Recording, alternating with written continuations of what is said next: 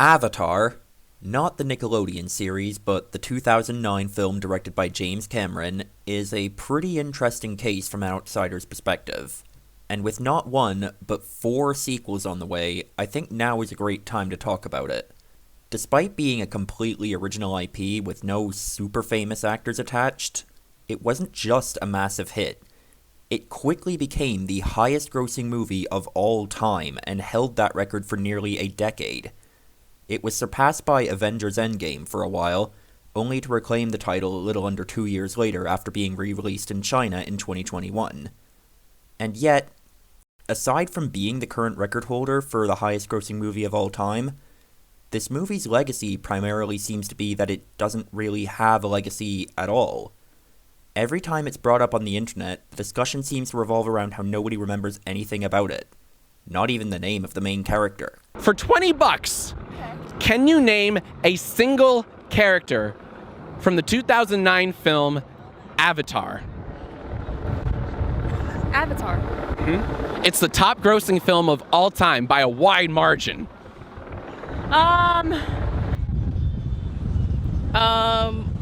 Is that the blue people? Starman? I don't know. Blue. I don't remember There's blue cats, alright? I enjoyed it, but I don't remember the names. This has resulted in a lot of people retroactively deciding that the movie must have been bad, or mediocre at best, because if it were good, people would remember it better. But is that really the case? Well, only one way to find out.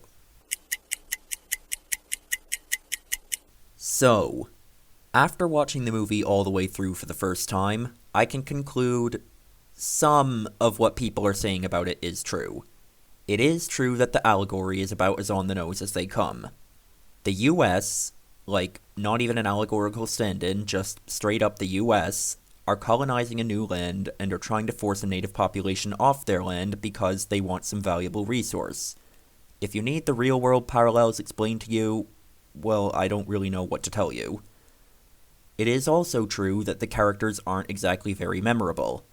We've got white dude, abrasive but caring mentor, evil military guy with scars, evil corporate guy, love interest, rival, and a few other pretty template side characters. I especially wasn't too fond of protagonist Jake Sully in the beginning.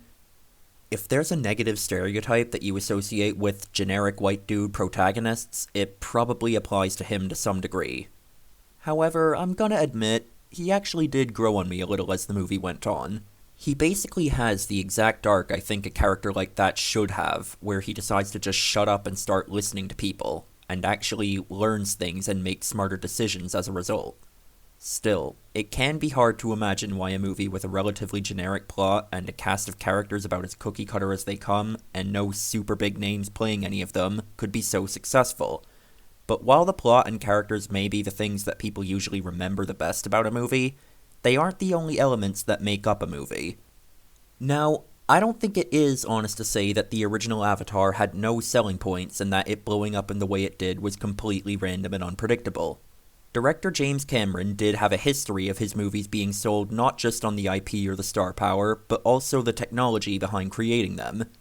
Like his previous movie and previous record holder for highest grossing movie of all time, Titanic from 1997, was considered to be quite groundbreaking for its use of CGI, as was Terminator 2, and Avatar was no exception.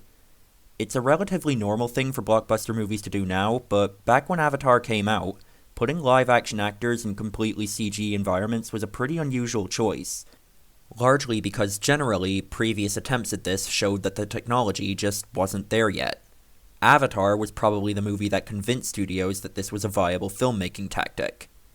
While I'm not exactly sure this influence was positive, it works well within the confines of this movie. The visual effects and the world they created using them are far and away the best thing about it. To me, the world that the movie is set in and the experience of exploring it is what viewers are meant to attach themselves to, far more than the plot or characters. The landscapes are interesting and the creature design is pretty fantastic, despite not every part of it being friendly, and also of course not being real. The world that Avatar is set in is a fascinating place, which, aside from basic morality reasons, is why you root against the side attempting to destroy it, despite your lack of personal investment. And it is kind of a genuine gut punch when the humans bring down the tree. Could the movie have been better if it had this world but also had more memorable characters? Possibly. Though we can't say for sure because we don't live in a reality where such a version of this movie exists. Yet, anyway, maybe the sequels will delve into this aspect more. But, in conclusion, I genuinely think the internet is kind of gaslighting people into thinking this movie is bad or mediocre, because after watching myself, I don't think it is. Whether or not it quote-unquote deserves to hold the title of highest-grossing movie of all time is another question. I definitely don't think it's one of the greatest movies ever made, and the fact that it's far more of an in-the-moment experience rather than something you can easily quote lines from or remember characters in it that you like does make it understandable why it hasn't remained in people's minds in the same way other movies like the MCU series have. But I do think it's good. In fact, if we're going to compare it to other movies that gross similar amounts, I would say I like it better than most of them, including any of the Avengers movies. And if the memes have convinced you that it isn't good, like they'd previously done for me, I'd ask you to give it another chance. And if you wind up still thinking it's bad or mediocre, well, at least you know that from your own experience and not from some random meme created by someone who probably hasn't seen it themselves since 2009.